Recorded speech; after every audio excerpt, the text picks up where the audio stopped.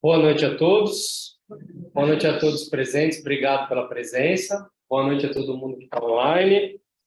Prometo não falar muito hoje. Eu costumo falar bastante. A apresentação hoje deu tudo certo, não tivemos problema. A não ser, assim, probleminha com o microfone, mas a apresentação hoje vai ser fácil de visualizar. Para quem assistiu a primeira palestra que eu fiz em casa. E quando o centro ainda não estava aberto, então foi fácil de fazer. A segunda foi aqui, e a gente teve alguns probleminhas técnicos, tinha bastante imagem na apresentação, e aí foi um pouco mais difícil de visualizar, mas eu espero que todos tenham assistido o filme Soul, que a gente falou dele na última palestra que eu apresentei. Algumas pessoas comentaram comigo que assistiram, gostaram bastante. Quem não assistiu ainda, eu recomendo, tá? O nome do filme é Soul, ele é da Pixar, é uma animação, e ele é de 2022, ele é bem recente, tá? Hoje eu vou falar, eu tive bastante dificuldade dessa vez para escolher o tema, porque eu tinha muitas ideias na cabeça. A gente teve uma palestra excelente do André na sexta-feira sobre a Maria de Magdala, que na verdade é a Maria Madalena, né? Toda a história que ela teve com Jesus, toda a passagem dela naquela encarnação. E aí me trouxe mais confusão ainda, porque eu tive mais outras ideias e fiquei um pouco em dúvida do que eu ia apresentar para vocês. Mas aí peguei um conselho aqui com o Luiz, pedi bastante intuição, e aí, na sexta-feira também, após a palestra do André, a gente fez uma vibração aqui, e a palavra de ordem daquela vibração na sexta-feira foi o progresso, principalmente pelo nosso país, principalmente por todos nós. Os ânimos estão um pouco à flor da pele desde o ano passado, o que é comum em toda eleição, toda mudança de gestão, toda mudança de governo, independente de quem seja um candidato ou eleito, sempre gera uma mudança, sempre gera uma agitação. E o país vive ainda essa agitação. E aí, na sexta, a nossa vibração foi sobre isso. Na segunda-feira, nós, os trabalhadores da casa, estávamos aqui e, ao fim do trabalho na segunda-feira, também a palavra de ordem foi praticamente o progresso, né? Tanto dessa casa que nós estamos hoje, quanto no geral.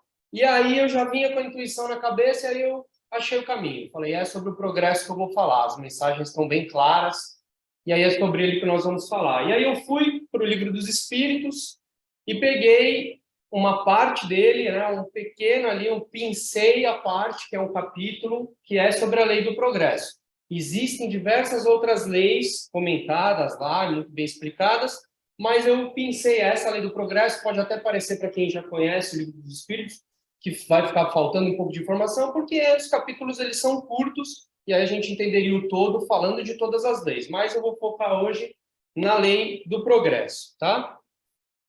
Através do livro. Aqui. Apresentação. O capítulo, o livro que eu usei como bibliografia foi o Livro dos Espíritos, de Allan Kardec. Vou falar sobre o estado natural, a marcha do progresso, os povos degenerados, civilização, progresso da legislação humana e, por fim, a influência do espiritismo sobre todo esse progresso. Todos esses tópicos estão no livro e fazem parte do capítulo. Então, a gente vai começar falando hoje do estado natural. E aí eu peguei a pergunta 776, aonde é feito o estado natural e a lei natural são a mesma coisa? E aí a resposta veio, não. O estado natural é o estado primitivo. A civilização é incompatível com o estado natural, enquanto a lei natural contribui para o progresso da humanidade. O que isso significa? O nosso estado natural é quase comparar adultos a crianças. Então, uma criança vai ser um adulto? Um dia, mas naquele momento ela é uma criança. Então, o nosso estado natural, ele continua lá, ele é o estado natural. E a partir dele a gente começa a fazer o nosso desenvolvimento.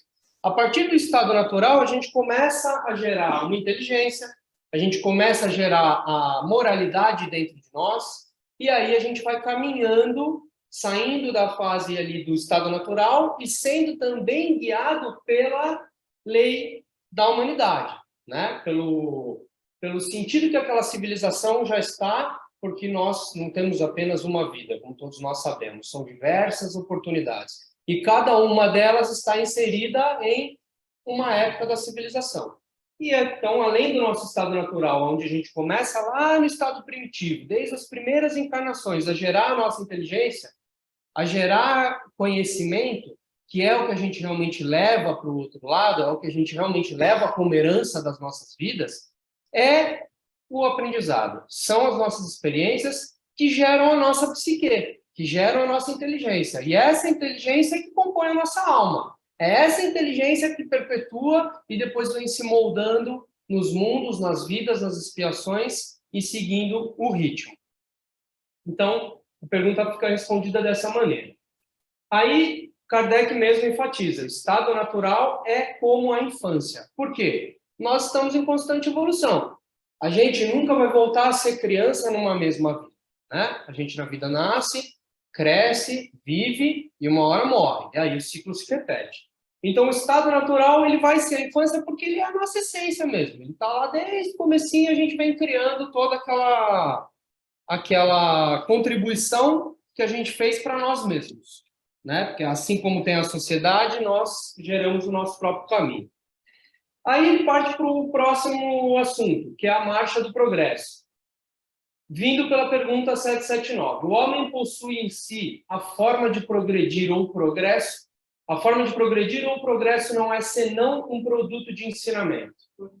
O homem se desenvolve ele mesmo naturalmente. Ok, nós geramos as nossas experiências, mas a evolução mesmo, ela vem acompanhada do contato social. Por que do contato social? Porque são as experiências que nós vamos viver. Se a gente toda a vida ficar sozinho, a gente vai adquirir experiências, mas um pouco menos. É na diversidade que a gente acha a ponderação das coisas. É na diversidade que a gente encontra elementos para ir compondo a nossa inteligência e evoluindo moralmente também. A pergunta 780. O progresso moral segue o progresso intelectual? Como o intelectual pode conduzir ao moral? E como que o intelectual pode conduzir ao moral? É sua consequência. Todavia, não segue sempre imediatamente. E fazendo compreender o bem e o mal, o homem então pode escolher. Ok, o que ele está querendo dizer para nós aqui? Não é lógico que um ser inteligente seja um ser perfeito moralmente. Nem os mais inteligentes que a nossa humanidade escolheu não eram perfeitos moralmente. Então, a nossa moral, ela continua sempre em construção, assim como a gente continua alimentando a nossa inteligência. Mas uma nem sempre vai caminhar junto com a outra. E aí, essa é a pergunta. O progresso segue o progresso intelectual? Não, nem sempre. Essa é a situação mais delicada do nosso desenvolvimento. Essa é a situação mais delicada de quando a gente está saindo do nosso estado natural. Então, nós éramos crianças. Como que nós vamos adquirindo as experiências? Você vai encher uma criança de informações, ela vai ficar bem inteligente. Mas você vai recheá-la com moralidade também? Você vai dar exercícios para que ela aprenda o que é o bem e o que é o mal? Ela precisa ter essa balança equilibrando. E aí a gente chega em uma das coisas mais importantes do ser humano, que é o livre-arbítrio, a inteligência e a responsabilidade. Ou seja, mesmo lá no estado natural, a gente tem o livre-arbítrio de não querer entender as coisas. A gente tem o livre-arbítrio de não querer ser inteligente. A gente tem o livre-arbítrio de não querer estudar, não querer agregar experiências, viver isolado. Sim, é o nosso livre-arbítrio. Do mesmo jeito que a hora que a inteligência vem, ela vem agregada do bem e do mal. E aí a gente já soma a responsabilidade nessa conta. Por quê? Se você teve o livre-arbítrio e aceitou ser inteligente, foi procurar somar experiências à sua psique. A inteligência veio. Você aprendeu, então, o que era o bem e o mal. A responsabilidade passa a ser sua. Por que a responsabilidade passa a ser sua? Porque você continua com o seu livre-arbítrio comandando as suas atitudes.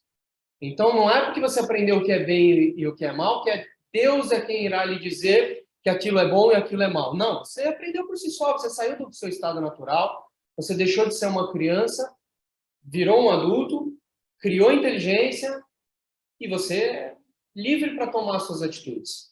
O seu livre-arbítrio vai estar sempre no comando. O destino, ele não é 100% evitável, mas ele está em constante modificação, porque o nosso livre-arbítrio está em constante modificação. Nossas escolhas mudam. Quantos de nós já não percebemos que, nossa, antigamente tal coisa era tão importante para mim, hoje ela já não é tão importante. Antigamente eu tinha objetivos e hoje os meus objetivos são outros. E são inúmeras as experiências que fazem a gente ter essa mudança, desde o estado natural. Desde que nós somos crianças, estamos crescendo e evoluindo. Por quê? Por isso que o tema é a lei do progresso, é a marcha do progresso. Não tem como voltar para trás. A gente pode voltar para trás moralmente, mas não intelectualmente. Uma vez que você sabe, você não tem como deletar aquilo da sua cabeça. Você pode ignorar, mas você continua com aquele conhecimento, você já adquiriu ele. Então, a marcha é sempre para frente. O progresso ele é sempre latente para todos nós. Ele nunca vai ser um motivo para a gente parar de progredir. Ah, eu já progredi tudo que eu queria. É o seu livre-arbítrio. Mas a vida ainda vai te trazer novos ensinamentos que você acha que você está parado, mas você continua progredindo. A marcha continua seguindo o curso dela. E aí, eu peguei essa frase do Miguel Torga: só é tua a loucura onde, com lucidez, te reconheças. Quer dizer, você pode ter o livre-arbítrio e se perder na sua loucura. O livre-arbítrio é seu. Você está lá buscando as suas experiências. E também não tem nada de errado com isso. A gente ainda não está falando do que é certo e do que é errado. Cada um vive as experiências que precisa viver. Cada um adquire as experiências que quis adquirir. E quando não quis, teve que trabalhá-las, teve que aceitá-las, teve que compreendê-las. Então, só é sua loucura, onde com lucidez te reconheças. Então, mesmo dentro de tudo aquilo, a gente precisa parar e olhar para dentro de nós. Mas por que eu escolhi ficar louco assim? E se eu não escolhi, o que me levou a uma loucura? Nós precisamos nos reconhecer. Se a gente não se reconhecer, como que a gente vai saber se a gente está louco ou não está? Então, a frase do Miguel Torga, ela praticamente resume isso que a gente falou, todo esse slide aqui.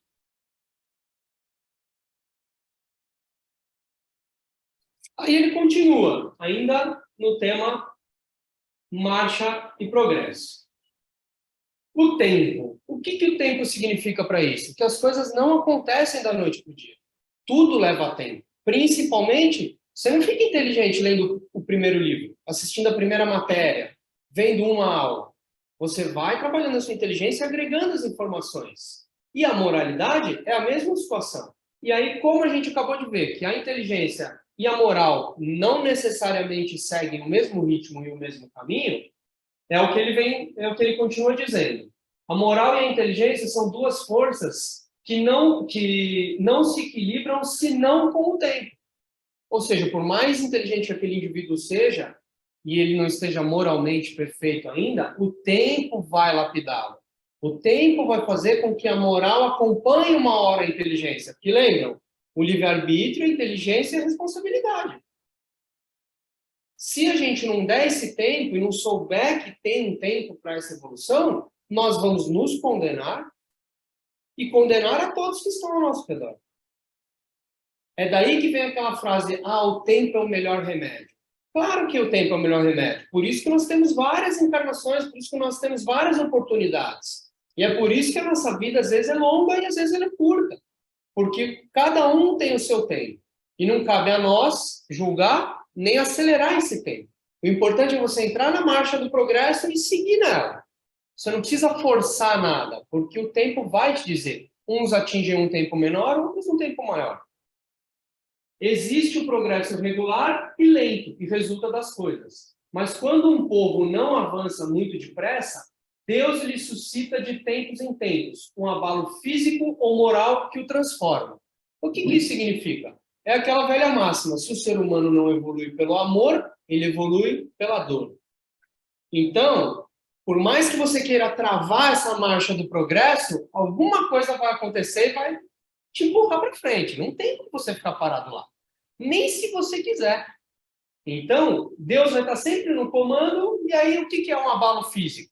É uma situação mundana, é um acidente, é uma doença, é alguma coisa próxima a você, E o que é o abalo moral? É exatamente a hora que você se vê numa enrascada. Uma hora que você percebe que seu livre-arbítrio talvez te levou para um labirinto. E aí você vai ter que achar o caminho para sair dele.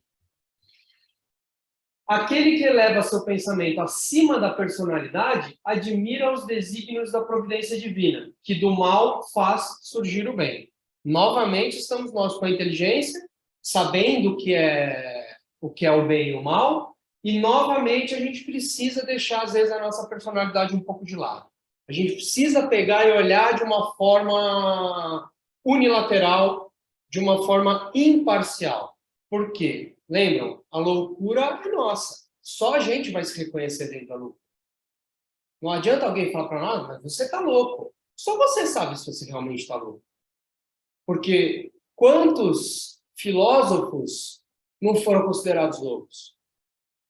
Quantos doutrinadores não foram considerados loucos? E talvez se eles tivessem escutado e acreditado naquela loucura, eles interromperiam o trabalho deles naquele momento. E nós não teríamos grandes obras. Grandes obras essas que nos trouxeram ao que nós vivemos hoje, a marcha do progresso. Elas colocaram a gente na esteira rolante e ela só vai para frente, ela não vai para trás. Eu não tenho hoje como ser criança novamente. Eu posso me relembrar de memórias da minha infância que me tragam bons pensamentos, que alimentem a minha inteligência, que façam com que eu pese o bem e o mal. Mas voltar a ser criança eu não posso. Às vezes é preciso o excesso do mal para fazer compreender a necessidade do bem e das reformas íntimas. É a mesma coisa que a gente falou ali na segunda frase. Se o ser humano não evolui pelo amor, ele evolui em algum momento pela dor. Seja a dor dele ou seja a dor de alguém que ele ama. E aqui a mesma coisa que ele está dizendo. Então, às vezes, a gente julga, mas aquela situação tem muito mal lá. Como que pode acontecer uma coisa dessa? Cadê Deus nesse momento? Como que Deus permite que essa coisa aconteça? Porque às vezes precisa. Às vezes a gente precisa transbordar o copo d'água para deixar essa água fluir. E aí, fluindo, ou ela evapora, ou ela atinge um outro estado, ela se solidifica. Então a gente precisa, muitas vezes, deixar o mal acontecer.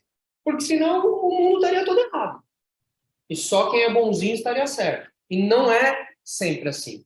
Às vezes a gente precisa de um veneno para poder atingir um objetivo. Às vezes um remédio, nós chamamos de remédio, mas ele é um veneno.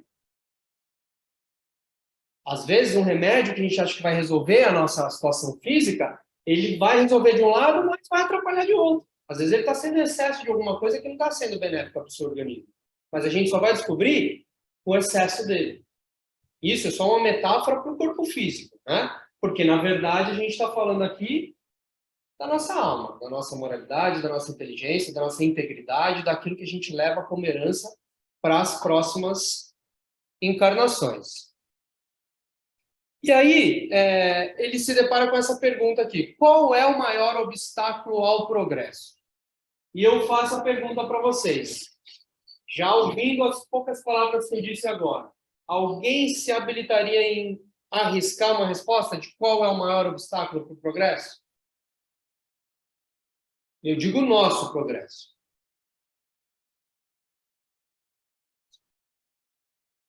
Uma das respostas eu já ouvi. Mas alguém tem alguma ideia de qual é o maior obstáculo para o nosso progresso? Nós mesmos. Muitas vezes. Por que os nós mesmos? Porque a resposta é o orgulho e o egoísmo. Ou seja, as pessoas podem ficar orgulhosas por nós, mas aquele orgulho, aquela vaidade é só nossa. Nós nos apropriamos desse orgulho. Ninguém tem como passar um orgulho para nós. Eu conheci uma pessoa orgulhosa e aí eu fiquei orgulhoso também. Não, não é assim que funciona. Ou você se sente orgulhoso ou você não se sente orgulhoso. Ou você é egoísta ou você não é egoísta. Então a gente costuma às vezes ouvir o seguinte: o dinheiro é o mal do mundo. Eu acho ainda que o materialismo pode até ser uma chaga da nossa humanidade, desde que a gente se conhece, desde o nosso estado natural. Desde os primórdios, eu entendo. Mas eu não acho que o dinheiro é o mal do mundo. Eu acho que o egoísmo é o mal. Porque se nós soubéssemos fazer o bem com o dinheiro, ele não seria mais o mal. O dinheiro não tem vida. Quem estamos vivos somos nós. O dinheiro não tem livre-arbítrio. Quem tem o livre-arbítrio somos nós. Quem decide o que fazer com o nosso dinheiro ou com o dinheiro de alguém, somos nós mesmos. Então, qual que é o maior obstáculo? O orgulho e o egoísmo. Por isso que a gente precisa aprender a ver a nossa personalidade de um ponto de fora. A gente precisa ter essa inteligência, essa balança do bem e do mal. A gente precisa acumular as experiências e a gente precisa entender que eu não posso fazer para o próximo o que eu não gostaria que fizessem para mim. É aí que você começa a matar o egoísmo. Não é você sair doando tudo que você tem. A mensagem não é essa. A mensagem é: aproveite as suas experiências e evite fazer para os outros o que você não gostaria que fizessem para você. Essa é a chave para a gente se manter no progresso e quebrar o nosso egoísmo.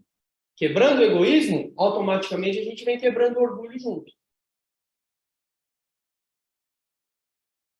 E aí ele parte para os povos degenerados, porque por enquanto a gente falou só da gente, né? Só do indivíduo, da individualidade, do estado natural de cada um, mas a gente não vive sozinho, a gente vive em sociedade, a gente vive numa civilização, hoje uma civilização. E aí ele vem com a primeira pergunta. A história nos mostra uma multidão de povos que depois dos abalos que os agitaram, caíram na barbárie. Onde está nesse caso o progresso? A resposta: quando a tua casa ameaça ruir, tu a derrubas para reconstruir de maneira mais sólida e mais cômoda. Mas até que ela esteja construída, há perturbação e confusão em tua residência. Vem de acordo com aquele excesso do mal. Então, a casa está com uma rachadura, está com uma goteira. Você vai precisar destruir a casa e reconstruir. Há quem diga que aquilo é o mal. Quer dizer, o excesso do mal, as goteiras, as trincas, destruíram a casa. Mas aí você vai reconstruí-la. Você vai fazer uma casa nova. Você precisou daquelas goteiras para que destruísse aquela casa e você tivesse a oportunidade de construir uma casa nova. E essa é a pergunta. Assim como aconteceu milênios de anos atrás. Moisés, por exemplo, ele salva os hebreus. Salva, né, dependendo da sua perspectiva. Mas ele retira os hebreus de dentro do Egito e ele leva os hebreus para onde? Em busca da terra prometida. O que os hebreus imaginavam? Pô, em busca da terra prometida. Eu vou chegar lá, vou ter terra, vou ter ouro, porque naquela época já havia ouro, vou tomar vinho, porque naquela época já existia vinho, e vou levar uma vida tranquila. Não vou mais ser um trabalhador, um escravo aqui no Egito, e nem vou ser subjugado porque eu sou um hebreu. Então eu vou para a terra prometida. Tá tudo certo. Aí eles chegaram na terra prometida 40 anos depois de peregrinação no deserto, e aí, 2 séculos depois, caíram na barbárie de novo. Voltaram a se escravizar novamente por os erros dos livre-arbítrios deles. Então, mesmo um povo, após passar por tudo isso, cai na barbárie novamente. Ou seja, você vai reconstruir sua casa de novo. Daqui a um tempo, ela vai voltar a ter goteira. É normal. Isso é essa experiência que a gente precisa viver. É esse o acúmulo, é essa riqueza que nós temos que agregar na nossa inteligência, no nosso jeito de ser e começar a aprender o que é o bem e o mal e colocar o nosso livre-arbítrio na frente da marcha do progresso. Próxima pergunta. Os povos são individualidades coletivas e os mais avançados deste século terão seu declínio e seu fim como os da antiguidade? Por quê? A gente vê pela história quantas civilizações chegaram ao seu apogeu, chegaram ao auge e depois declinaram. São inúmeras histórias, são fatos que contra fatos não há argumento. Então, poxa, eu construí a melhor casa, como que daqui 100 anos ela volta a ter goteira? Porque é assim, as coisas não são sempre como a gente gostaria que elas fossem. E aí ele responde: aquelas cujas leis egoísticas discordam do progresso, das luzes e da caridade, morrem porque a luz mata as trevas e a caridade mata o egoísmo. Vejam, a luz mata as trevas e a caridade mata o egoísmo. Lembra, lá no comecinho, que se a gente não progride, a gente não avança, Deus dá um jeitinho de fazer a gente avançar? Então, muito provavelmente, essas civilizações chegaram ao apogeu, mas em algum momento elas pararam de evoluir, ou moralmente ou intelectualmente. Provavelmente moralmente. E aí a gente precisou, então, que Deus fizesse uma intervenção e colocasse de novo aquela civilização na marcha do progresso. Seja pelo bem ou seja pelo mal, depende do ponto de vista de quem estava inserido naquele contexto. Aqueles cujas leis se harmonizam com as leis eternas do Criador viverão e serão a luz dos outros povos. O que isso significa? Nós, hoje, podemos morar num casebre. Em algum momento, a gente vai conseguir progredir e morar num palácio. Aquele casebre que ficou para trás é a nova morada de alguém que está saindo do estado natural e vai morar naquele casebre. Ou seja, nós vamos olhar e falar assim, nossa, mas aquele casebre era muito pequenininho, eu sofria morando lá. Ainda bem que hoje eu moro num palácio. Mas quem está morando no casebre está olhando e falando, nossa, eu não tinha nada. Eu morava na rua, hoje eu tenho um casebre. O que isso significa? Que o contato social, as experiências, a marcha do progresso, ela não é igual para todos. Então, a gente sempre precisa, dentro da civilização, que aqueles que evoluíram deem espaço para os próximos evoluírem. Então, também responde a primeira pergunta. Se aquela civilização chegou ao apogeu, ela precisa liberar o casebre. Tem gente que precisa habitar aquele casebre. Então, nem sempre é por um motivo ruim que aquela civilização, mesmo chegando ao seu auge, sucumbiu. Às vezes ela sucumbiu porque ela precisava dar o exemplo para os que vêm de baixo. Ela precisava dar o exemplo para quem está agora vindo para o casebre. E é aí que vem o nosso contato social. O contato social, ele ajuda nessa marcha do progresso. Porque sempre vai ter um que vai se destacar, ou intelectualmente, ou moralmente, e aí os outros aprendem com ele. Por isso que nós somos uma civilização. Porque se fôssemos todos iguais, nem precisava estar aqui. É todo mundo igual, todo mundo nasce na mesma condição, todo mundo aprende no mesmo tempo, todo mundo fica inteligente junto, todo mundo fica perfeito moralmente. Então, estamos fazendo o que aqui? E aí a gente entra novamente também com a caridade. Porque se você tem a inteligência, você tem o livre-arbítrio, você tem a responsabilidade, você vai fazer a caridade com quem está nesse processo. Você está lá na frente na esteira do progresso. Tem gente que está entrando na esteira agora. Então, a gente também tem que ter essa responsabilidade com os que vêm atrás da gente. E aí, o Allan Kardec disse, a humanidade progride pelos indivíduos que se aperfeiçoam pouco a pouco e se esclarecem. Por quê? Ele se esclareceu, ele conseguiu uma evolução moral. Ele vai passar essa evolução moral para as pessoas que estão ao redor. Na civilização onde ele está inserido, ele vai deixar alguma coisa boa para aquela civilização. Eles vão aprender com ele. E é isso que ajuda a gente a seguir a marcha do progresso. E aí a gente chega em civilização. A civilização é um progresso ou, segundo alguns filósofos, uma decadência da humanidade? Progresso incompleto. O homem não passa subitamente da infância à idade adulta. É o que eu falei. A gente não fica inteligente no primeiro livro. A gente não aprende o bem ou o mal na primeira experiência. A gente precisa viver, a gente precisa somar aquela experiência. E a civilização vem com essa importância para todos nós. A civilização se depurará um dia de maneira a fazer desaparecer os males que ela tenha produzido algum dia? O que ele está perguntando? Mas aquela mesma civilização que às vezes fez o mal, ela vai ter a chance de corrigir aquele mal? Ela vai ser obrigada a corrigir aquele mal? A civilização, sim, quando a moral estiver tão desenvolvida quanto a inteligência. Por quê? Porque o fruto não pode vir antes da flor. Ou seja, se aquela civilização fez o mal, não é sendo o mal que ela vai corrigir o mal. Ela precisa passar por todo o progresso, ela precisa evoluir, ela precisa entender o que as coisas estão acontecendo.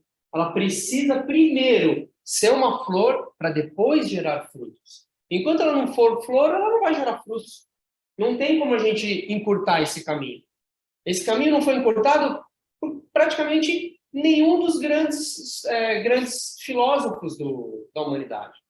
Nem Cristo não encurtou esse caminho. Cristo nasceu criança, teve a infância dele, teve todas as experiências dele. O próprio Allan Kardec foi assim. Allan Kardec começou os estudos científicos que dão a nós toda essa doutrina maravilhosa após 50 anos de idade, praticamente.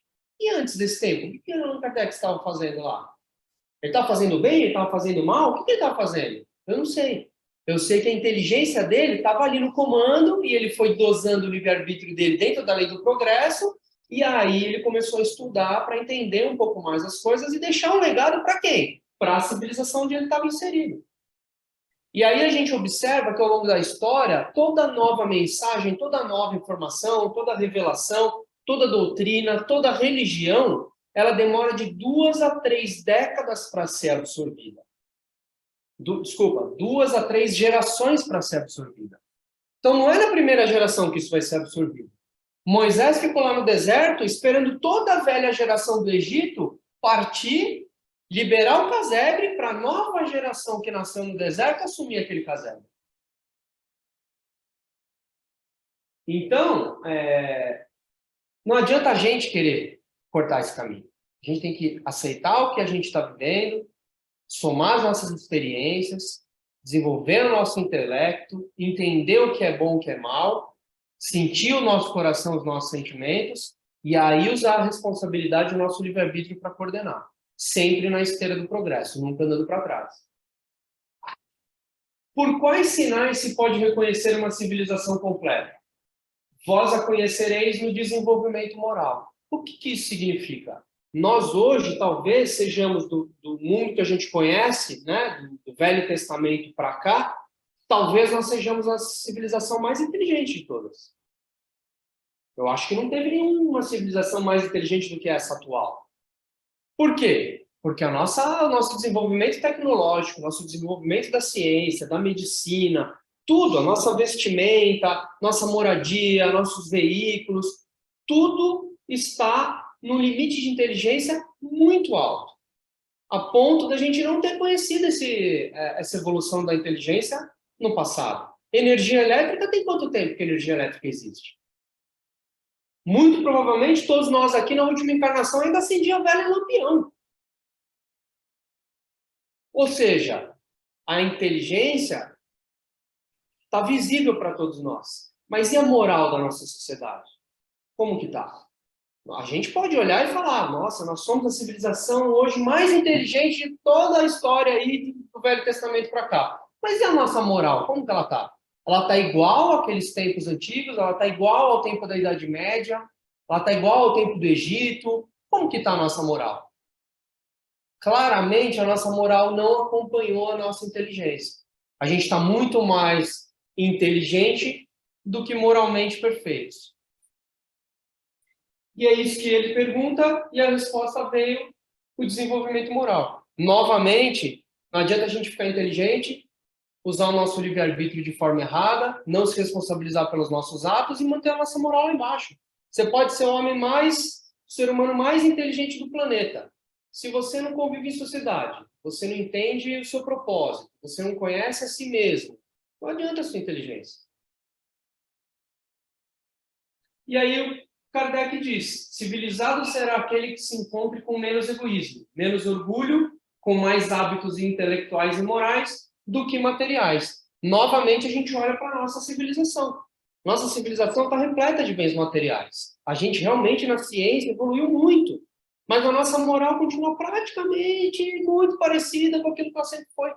As desigualdades continuam, as crueldades continuam, o bem e o mal continua aí. A gente vai saber que a gente está numa sociedade moralmente perfeita quando o mal praticamente não existir. Quando a gente tiver que procurar o mal de lupa por aí.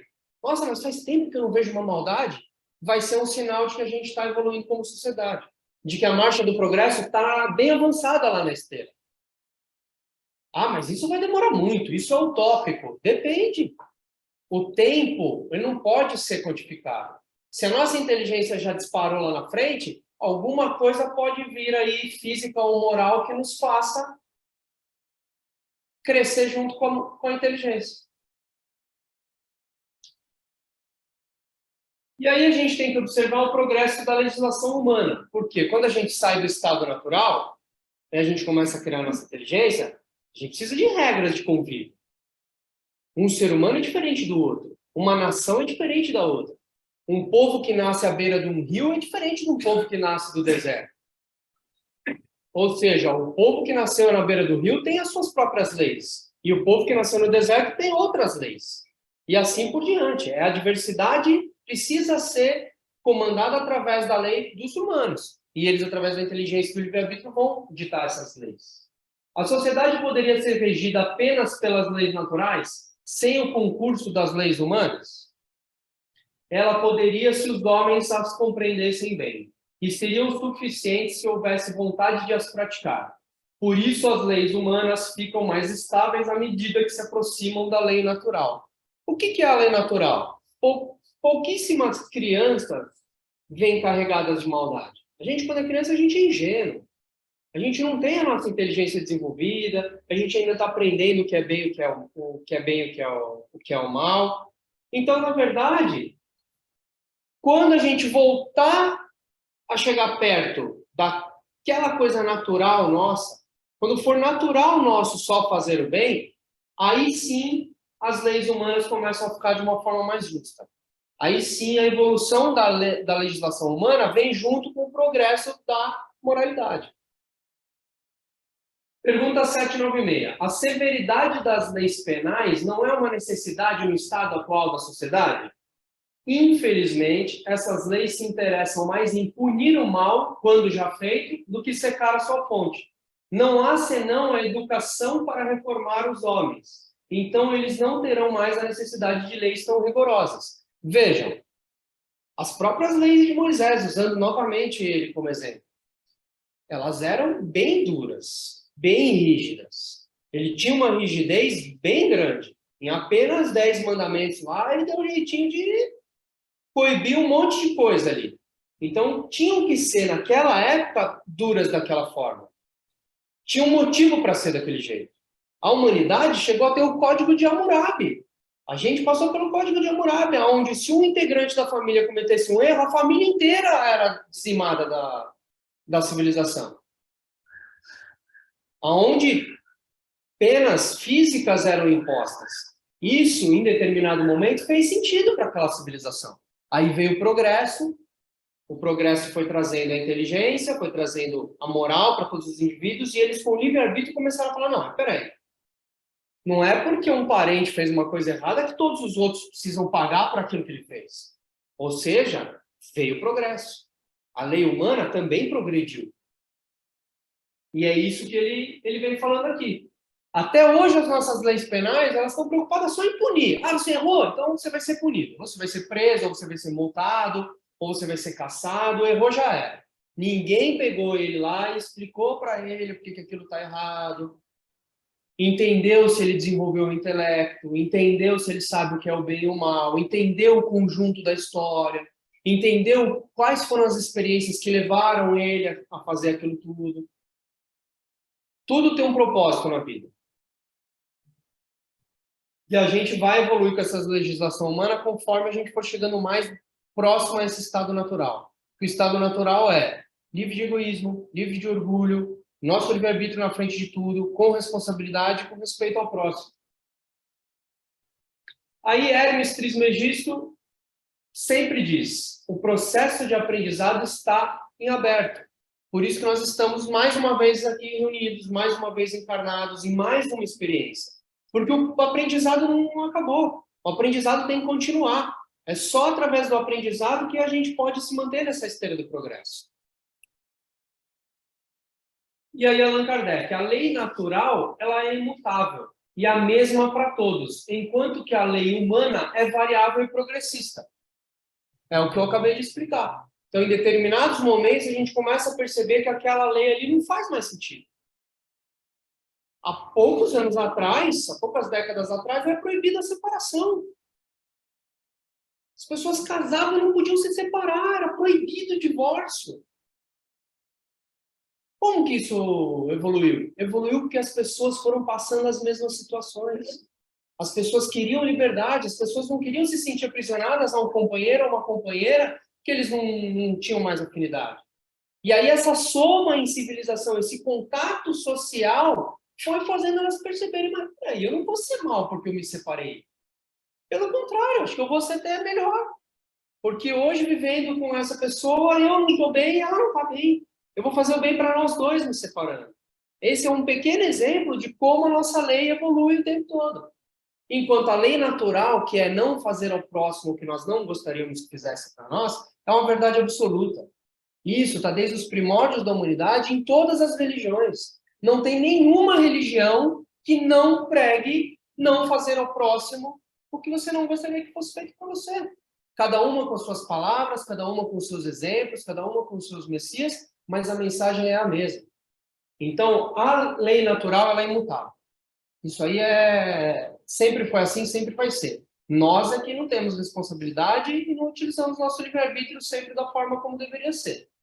Já a lei humana ela vai ser sempre variável e ela sim vai estar sempre no progresso, porque a civilização vai sempre ter novas necessidades.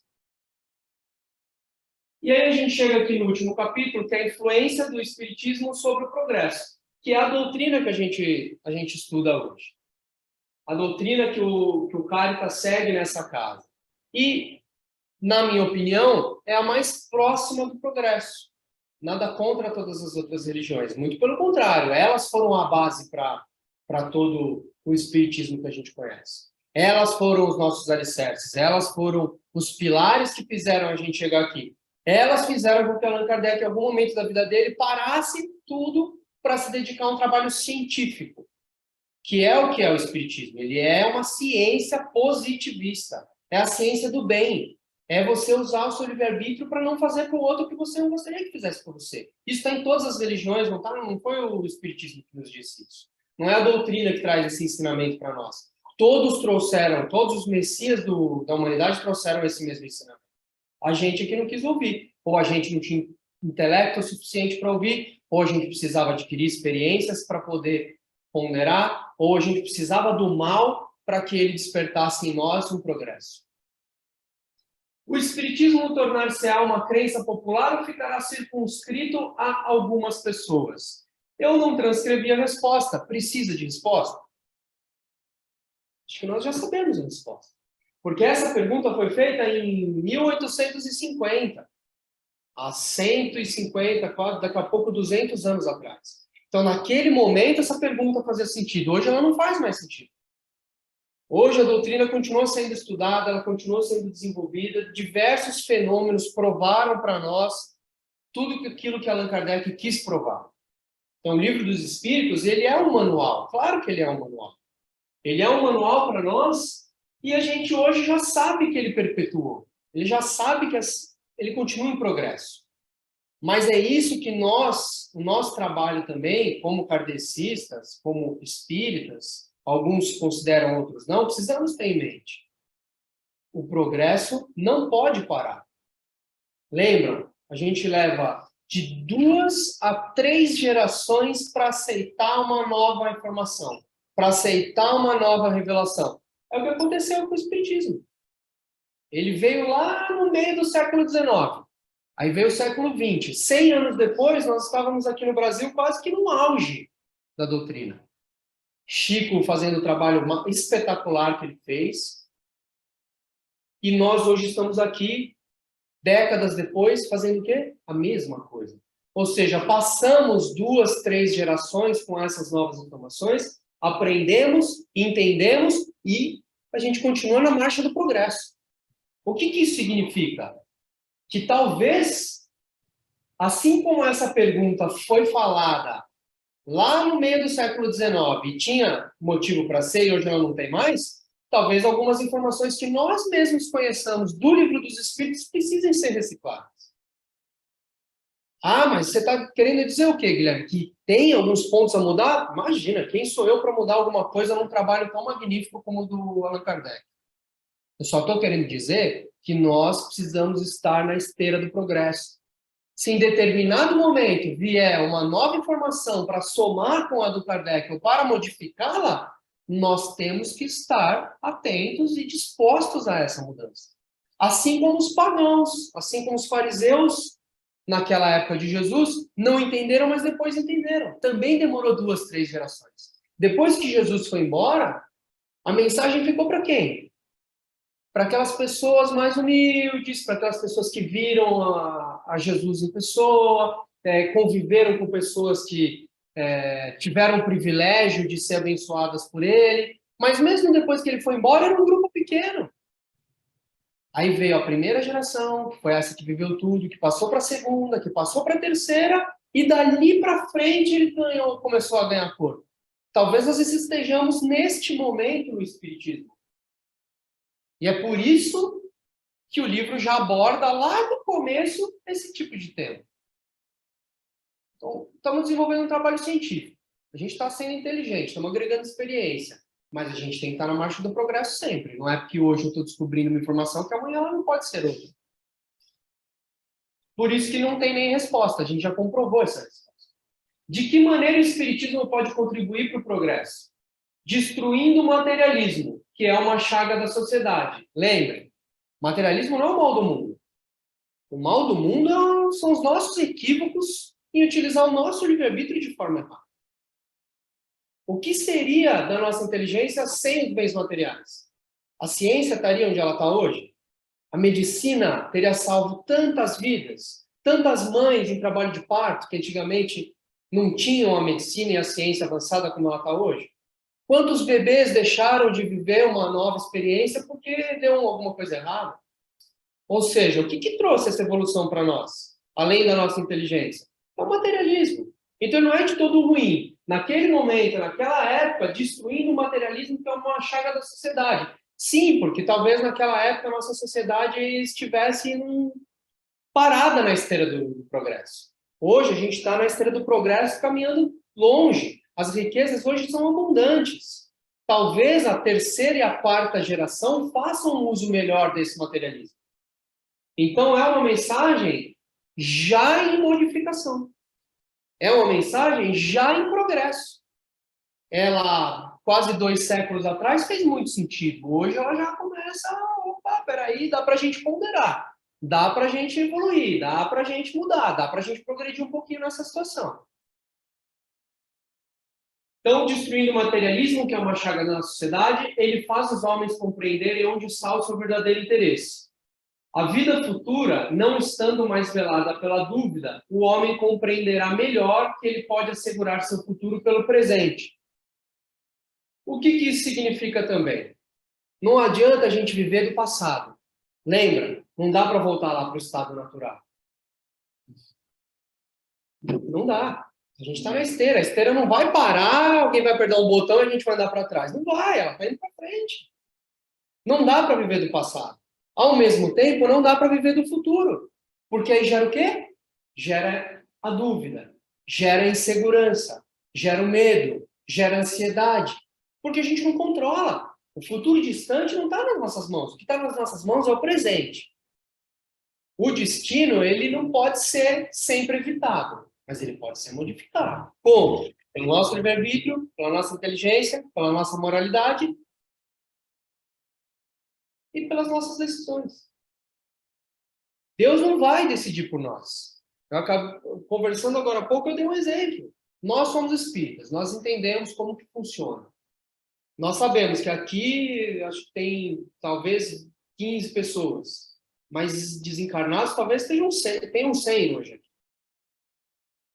Se na hora de sair aqui, a gente tiver uma dúvida, se vai virar para a direita ou para a esquerda, e um espírito falar para nós, vire à direita, a gente virou à direita porque a gente quis ou porque falaram para nós virar à direita? Ou seja, tem que vir da gente.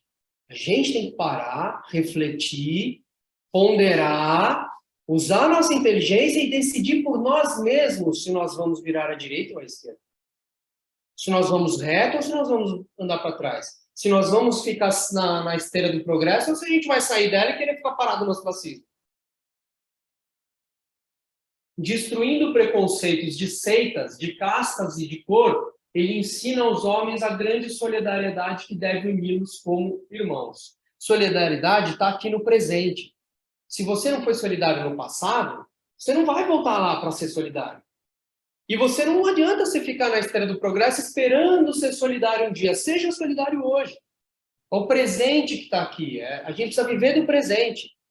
Muito sofrimento causado por nós mesmos, a nossa loucura, a gente só vai reconhecer vivendo o presente. Porque se a gente ficar vivendo do passado, a gente fica preso. A gente talvez saia da esteira do progresso.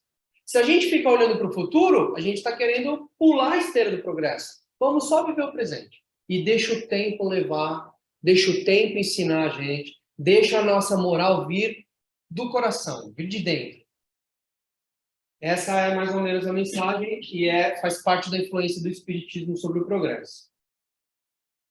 E aí Allan Kardec diz, lutará mais ainda contra o interesse do que contra a convicção. O que isso significa? O Espiritismo, quando ele começou a ser difundido, muitas vezes não era convicção o problema. A pessoa não tinha convicção. Até porque ela podia ir lá numa sessão lá do Allan Kardec e ver os fenômenos acontecendo, ter a comprovação de que aquilo acontece, mas ela tinha outros interesses. Às vezes ela já tinha uma outra religião, ela já tirava algum benefício ou já vivia com algum costume de outra forma. Então era muito mais difícil combater o interesse do que a convicção. A convicção, o trabalho dele veio para provar para nós. Ele virou uma ciência positivista por causa disso. Ele é uma ciência porque a ciência vive do quê? A ciência vive de fatos, de coisas, de comprovações. E o trabalho dele deixa isso bem claro para nós. E aí nós, brasileiros abençoados, recebemos depois ainda o Chico aqui na nossa terra. Hoje temos ainda o Divaldo Franco e vários outros exemplos para dizer para nós que tudo aquilo lá existe. Ou seja, até hoje, a convicção é muito mais um problema do que o interesse. É muito menos problemática do que o interesse. Muitos sabem que aquilo existe, eles têm a convicção de que aquilo existe, mas eles não têm interesse de seguir no progresso. Eles têm interesse de ficar lá parado, lá no palácio deles. Não, está na hora de você sair do palácio para alguém ocupar ele. Não, me deixa aqui no meu palácio. Pô, mas você já tem a convicção. Não, mas eu não quero. Eu não tenho interesse. Vou resolver na próxima. Na próxima eu resolvo. E esse na próxima eu resolvo, tá, a gente tá... A inteligência está abundante, a gente está um povo super inteligente, mas a moral continua igual. A gente está a passos de tartaruga. Mas a gente também não pode perder a fé. Porque a esteira do progresso está ligada. Ela pode estar devagarzinho, mas ela está ligada. A gente está andando para frente.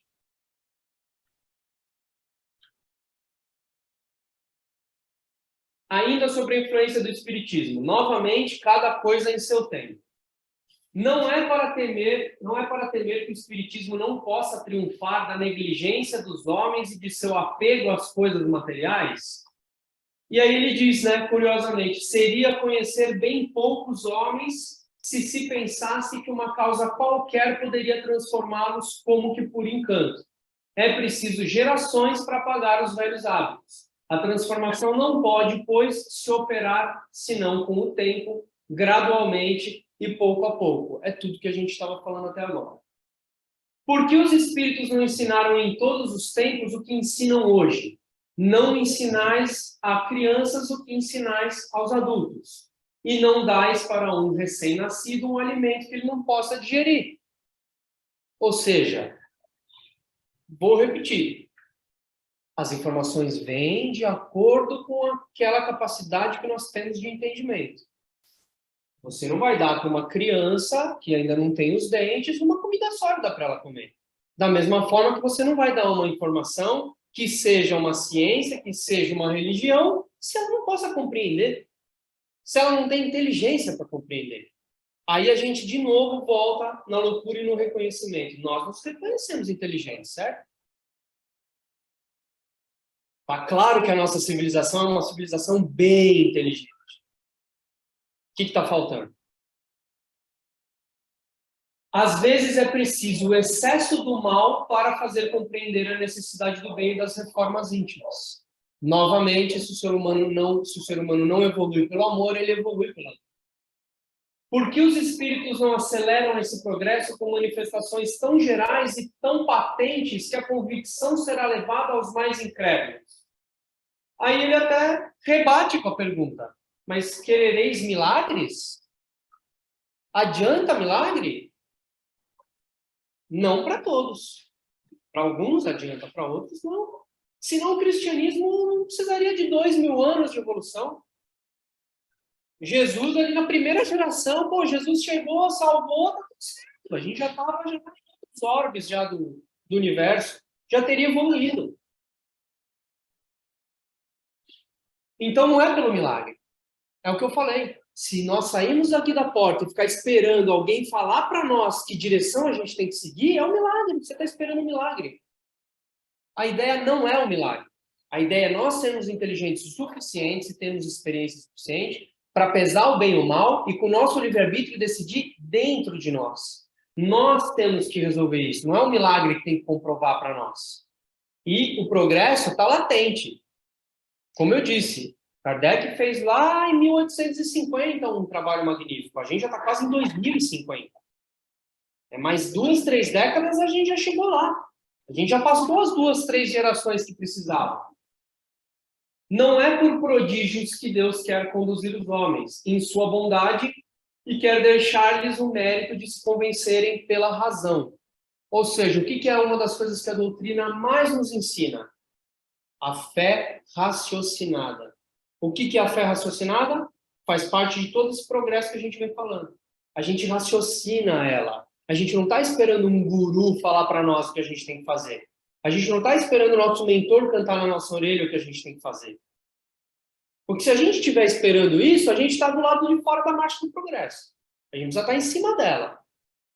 No comando. Ah, mas então eu preciso ser perfeito amanhã. Não. Se nós formos perfeitos amanhã, a gente estava querendo da infância chegar à idade adulta em um ano. Não é assim que as coisas funcionam. O tempo, cada coisa ao seu tempo. A gente precisa dar um passinho de cada vez. A luta não é contra o bem e o mal, mas sim entre o conhecimento e a ignorância. Quem nos disse isso? Buda. Ou seja, cadê a divisão das religiões? Cadê a informação segregada? Não existe. A essência, a lei natural, ela vem em todas as mensagens de todos os lados. O conhecimento e a ignorância. Ou seja, o bem é o conhecimento. Por quê? Porque nós ficamos inteligentes e temos o nosso livre-arbítrio. O que é o mal? É a nossa ignorância. Só que, às vezes, mesmo com inteligência, a gente continua sendo mal. E aí, precisa transbordar esse mal para que alguma coisa faça a gente utilizar o conhecimento que a gente adquiriu. A fé raciocinada, como eu comentei. E aí a gente vai para a parte final, onde eu peguei 3 frases, uma de Allan Kardec, extraída da Gênesis, uma de Albert Einstein e a outra, novamente, do Hermes Trismegisto. A primeira, o Espiritismo, caminhando com o progresso, não será jamais ultrapassado, porque se novas descobertas lhe demonstrarem que está em erro sobre um ponto, modificar-se-á sobre esse ponto, e se uma nova verdade se revela, ele a aceita. Ou seja, faz parte do progresso. Há quase 200 anos atrás, nós tivemos algumas informações. E a gente está aí indo para a 3ª, 4ª geração em evolução. Talvez novas informações venham. O próprio Kardec já deixou esse gatilho lá. Ele, quando fez, ele já avisou. Ó, pessoal, eu não sou o dono da verdade. Eu estou estudando, eu estou comprovando, eu estou ensinando, mas eu não sou o todo-poderoso. Tudo isso que vocês hoje estão aprendendo, essa papinha que você, como criança, está comendo hoje sem dente, amanhã pode ser uma maçã que você vai estar cheio de dente. Então, Kardec, lá na Gênesis, já deixou esse alerta para nós. Vamos seguir no progresso. E o progresso está vindo, mais forte do que a gente possa imaginar. Porque daqui para frente, a inteligência da nossa civilização só vai aumentar. Se a gente não tem como voltar para trás, a gente vai ficar cada vez mais inteligente. A gente vai ficar transbordando o mal cada vez mais? Não, o progresso tem que vir. Essas coisas vão mudando. O ser humano vai aprender, seja por amor ou seja pela dor. O progresso, a esteira está ligada. E o Kardec já preparou a gente para isso. O homem encontra Deus em cada porta que a ciência consegue abrir. Ou seja, novamente, cada vez que a gente fica um pouco mais inteligente, a gente é convidado moralmente a crescer também. Porque se moralmente a gente não crescer, vamos ficar abrindo porta da ciência aí, vamos chegar na Lua, vamos passear lá no espaço e a nossa moral a gente continua fazendo ruim pro próximo. A gente continua não respeitando o amor ao próximo. Se Albert Einstein, que era completamente ateu, nem agnóstico, nem numa força maior ele acreditava, ele era um matemático, um cético. Entendam a profundidade, a complexidade para uma personalidade como a de Einstein falar em Deus. Que tipo de Deus que Einstein está falando para nós aqui? Ah, é o senhor de barba lá em cima que está esperando a gente para julgar? Não, você desce, você sobe. Não, esse senhor de Deus não está lá. Esse senhorzinho de barba não está lá em cima. Pode esquecer, você está esperando encontrar ele, você não vai encontrar. O que você vai encontrar é a si mesmo. São os resultados daquela sua última experiência agregado a todas as outras. É a sua inteligência. Porque a gente aprende na doutrina que a alma é a nossa inteligência. O corpo físico ele é um corpo de experiências, de expiações. O nosso perispírito faz a conexão entre a nossa inteligência, condensa as informações, compõe um corpo físico, soma as experiências, e quando a gente vai embora, o que a gente leva de novo? Só a nossa inteligência, só a nossa alma. O resto fica aqui. O corpo padece e fica a alma. Então, para Einstein falar uma coisa dessa, ele, como matemático, sem pensar em Deus, ele estava instigando a moralidade dentro dele, mesmo sendo um dos caras mais inteligentes que a nossa humanidade já conheceu. E aí o Hermes diz, na verdade, ele nos pergunta, nós queremos ser felizes ou ter razão? Antes de Jesus, os pagãos achavam que eles sabiam tudo. Não, o paganismo é a chave. Aí veio o cristianismo. E aí, diante a novos fatos, a novos fenômenos, eles tiveram que se perguntar, não, mas calma, eu quero ser feliz e aceitar esse progresso e progredir, ou eu quero ter razão e falar que o paganismo é que está certo e o cristianismo está errado?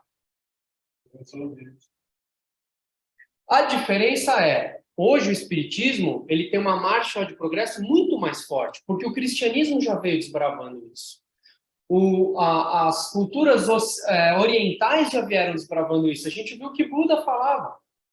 Se nós pegarmos Krishna, Buda, todos esses estudarmos, não está distante da mensagem que a gente vê até hoje dentro do espiritismo. Então, não adianta a gente querer ter razão. Ah, não, mas eu li no livro dos espíritos, está lá, e se não tiver lá, não está certo.